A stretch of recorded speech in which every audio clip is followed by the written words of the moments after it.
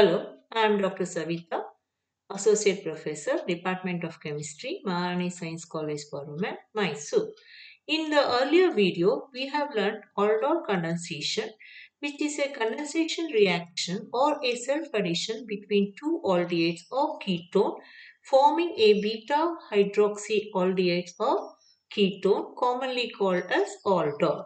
In a similar way, in the earlier video, we have also learned what is a Perkins reaction, which is a very similar to aldol condensation, but here an aromatic aldehyde is condensed with an acid anhydride with the help of a base to form an unsaturated acid. In this video, we'll be learning the Konevengal condensation. So let us understand what is a Konevengal reaction or a condensation. So Konevengal condensation can be treated as a similar to the aldol condensation. It was in 1890, Emil Konevengal gave the classical organic synthesis named as Konevengal condensation reaction. This is a modified aldol condensation. Konevengal condensation is a nucleophilic addition of a activated methylene compound to an aldehyde or a ketone using an amine base, example pyridine or piperidine, which act as a catalyst, followed by dehydration reaction in which a molecule of water is lost along with the decarboxylation, and the product here is an alpha beta unsaturated carbonyl compound commonly known as enone, and here it is the carboxylic acid. The Konevengal condensation is a particular variant of aldol condensation reaction with the elimination of a molecule of water. And reaction has been widely used in organic chemistry for the introduction of C double bond C.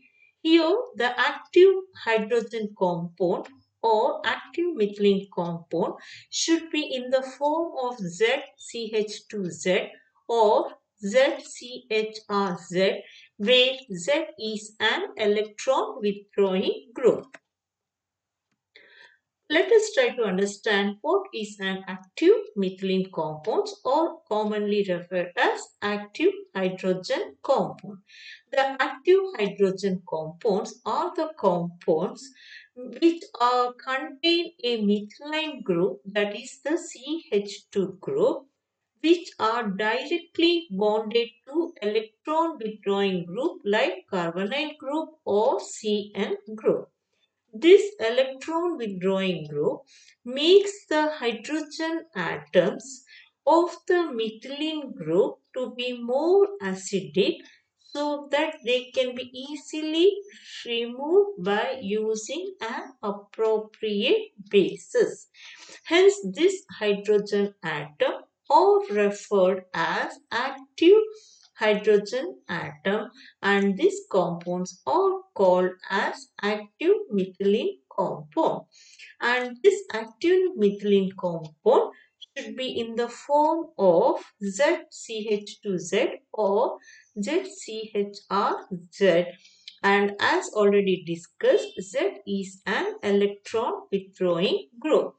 And some of the examples for the active methylene compounds are acetoacetic ester, commonly given AAE, CH3CO, CH2CO, OCH2, CH3, and CH2 is the active methylene group which is anchored on either side with the electron withdrawing group, that is the carbonyl group.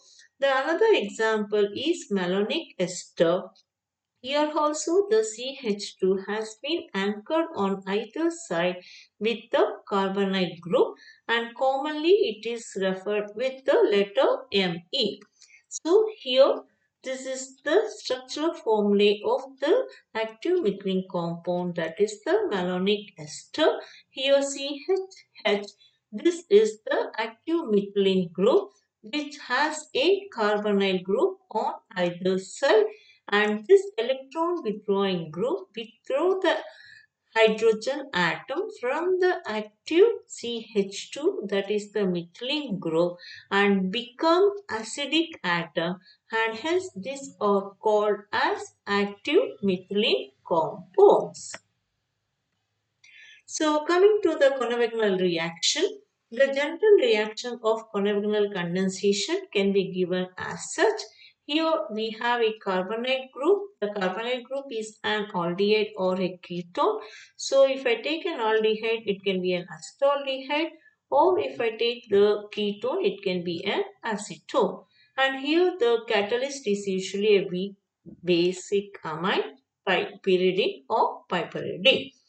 So in this general reaction which is depicted here, the carbonyl group can be either an aldehyde or a ketone, and the amine base is the pyridine, and the Z is an electron withdrawing group.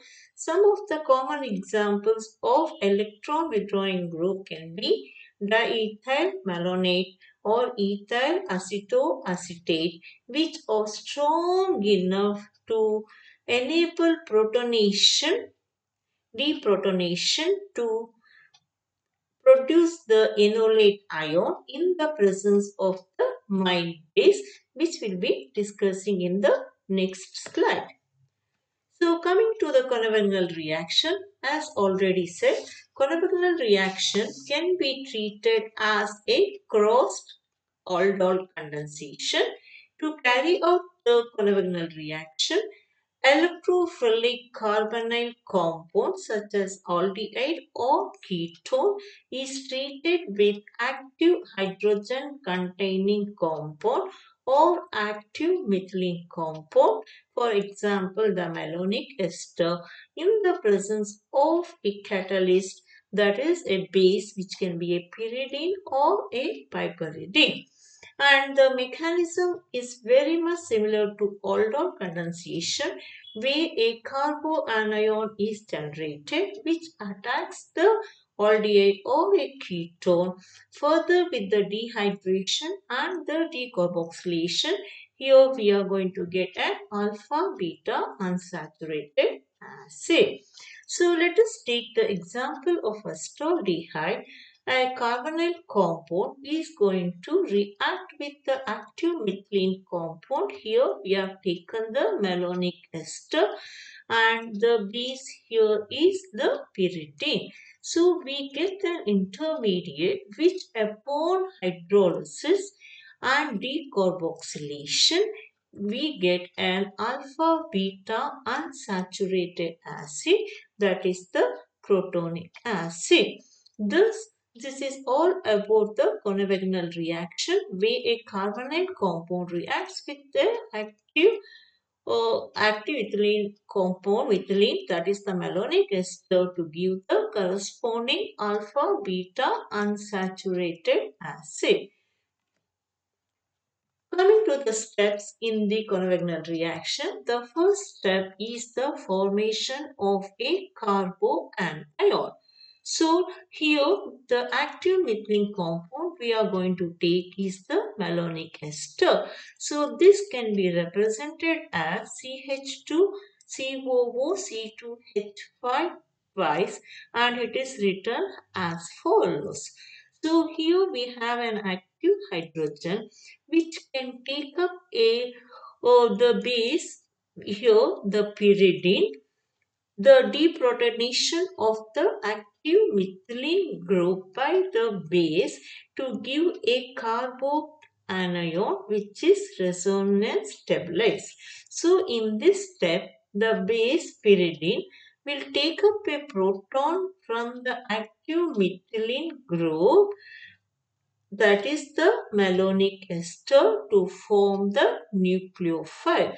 Thus, a nucleophile is generated in the first step, or you can say a carboanion is generated by the removal of a proton from the active methylene compound by a base. The second step is the nucleophilic addition.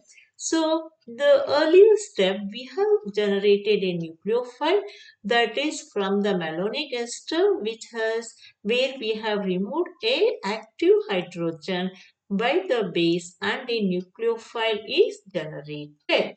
So this nucleophile is going to attack the positive center of the carbon of the acetaldehyde. So as we all know, in the acetaldehyde we have a carbon double bonded with the oxygen, and here the pi bonds and the electronegativity of the oxygen makes the oxygen to be more electronegative, getting a partial negative, and hence carbon get a positive charge. So to this positive charge carbon, the nucleophile attacks and there will be an addition resulting in the formation of alkoxide ion. So the nucleophile goes and attacks to the positive portion of the acetaldehyde, getting an alkoxide ion, and in the alkoxide ion we have an oxygen with a negative charge.